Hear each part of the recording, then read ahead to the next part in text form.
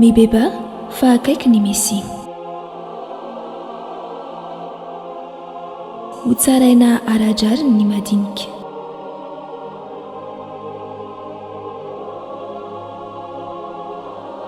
I Kristy no ahatonga ny olombelona rehetra ho voavonjy.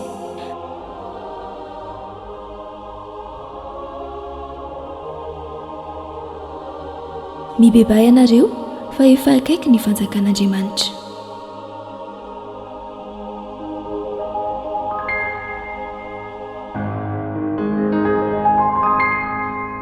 Amin'ny anaran-dray sy ny zanaka sy ny fanahy masina, amen. Miarabantsika kristianina rehetra sy izay manaraka ny Vatsim-Panahy eto amin'ny radio Don Bosco sy amin'ny pejy RDB live. Mirary soatsika mianakavy mba samy anana fahasalamana mandritra ny herinandro vaovao ity. Efa herinandro zay ny lasa amin'ny vanim-potoana fevin'ny tompo. Amin'ny alahady ity dia miditra amin'ny alahady faharoa isika, ka ny lohahevitra roson'ny eglizy amin'izany dia hoe MIBEBAHA fa efa akaiky ny MESIA. Manolotra antsika ny Joan Batista ny fiangonana. I Joan Batista no hitari-dalana antsika amin'izay fiandrasana ny fahatongava MESIA izay. Izy no hanampy antsika hiomana amin'ny fandraisana ny ten'Andriamanitra sy amin'ny fibebahana marina.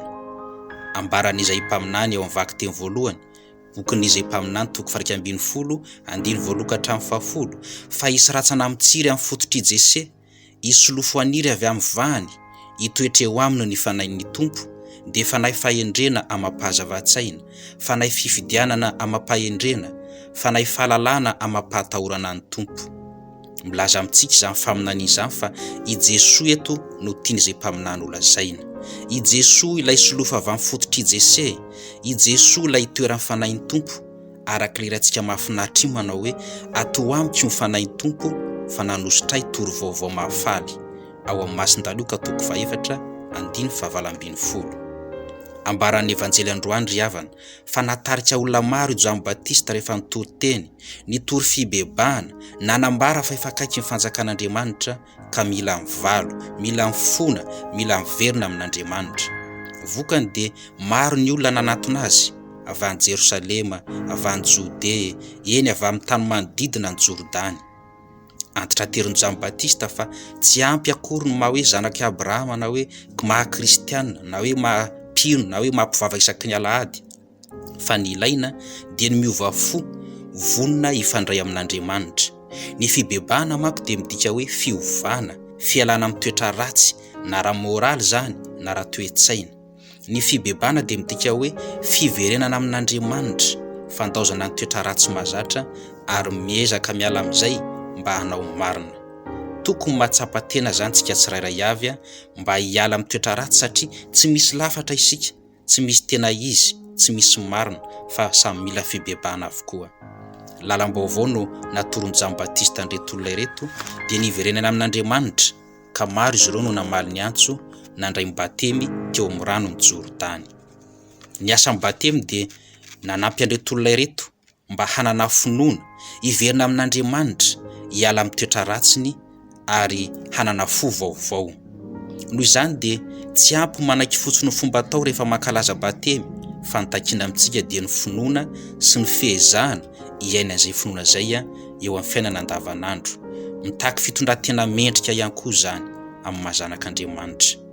Ny atao hoe mibebaka dia fahatsapana aloha fa mpanota isika, tsy misy marina isika. Ny miaina anatin'ny fahotana, ny miaina tsy misy an'Andriamanitra, zany ny fahotana aby zany, ka mila elana satria ny tena antsika samy mirery dia tsy afaka ny hamonjy antsika, Andriamanitra ihany no mahavonjy antsika. Ilaina noho izany ny mamantatra ny tena, manao jeritodika ny fiainana mba ahafahantsika hoe miala amin'ny toetra ratsy mahazatra ary miezaka mifikitra amin'Andriamanitra. Manandanja lehibe ny fibebahana ry havana, ary anatin'ny fibebahana zay ny fanetreny tena. Mila manetry tena, mila mahay mametraka ny hafa amin'ny toerana sahazana azy, ary mila mahay mipetraka amin'ny toerana sahazanao ihany koa.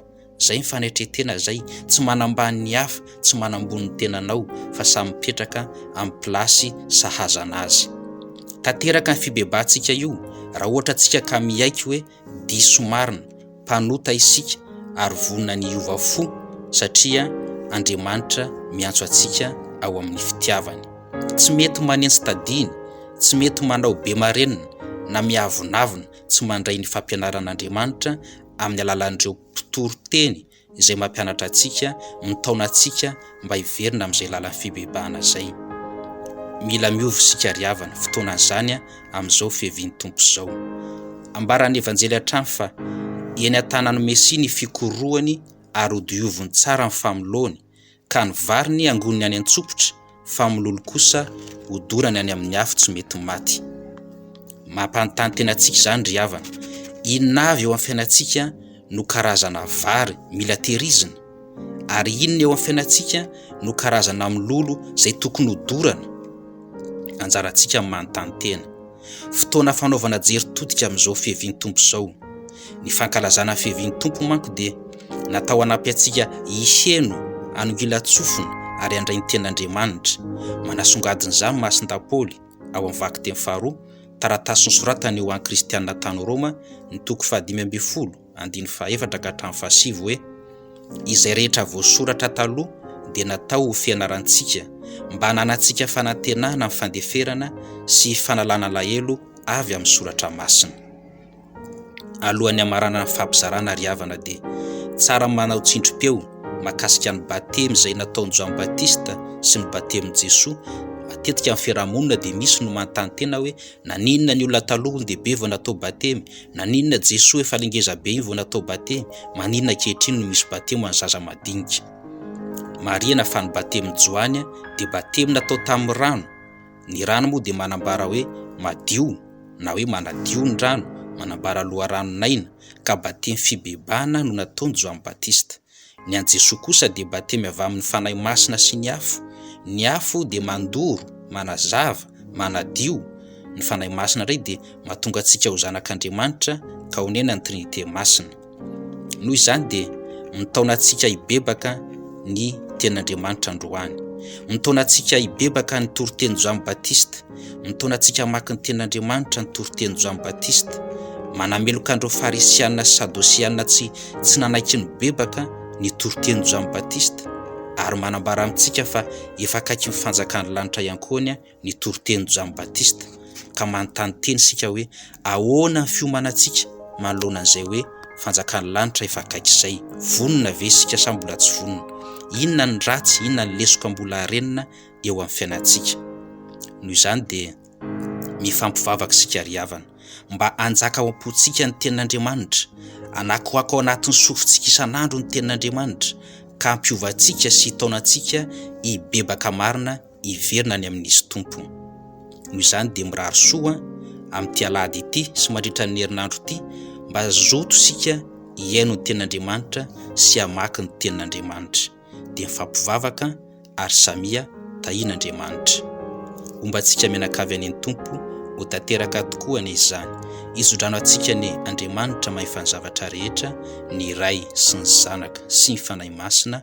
Amen. Dia hitatana diantsika ny Kristy isaorana ny Andriamanitra.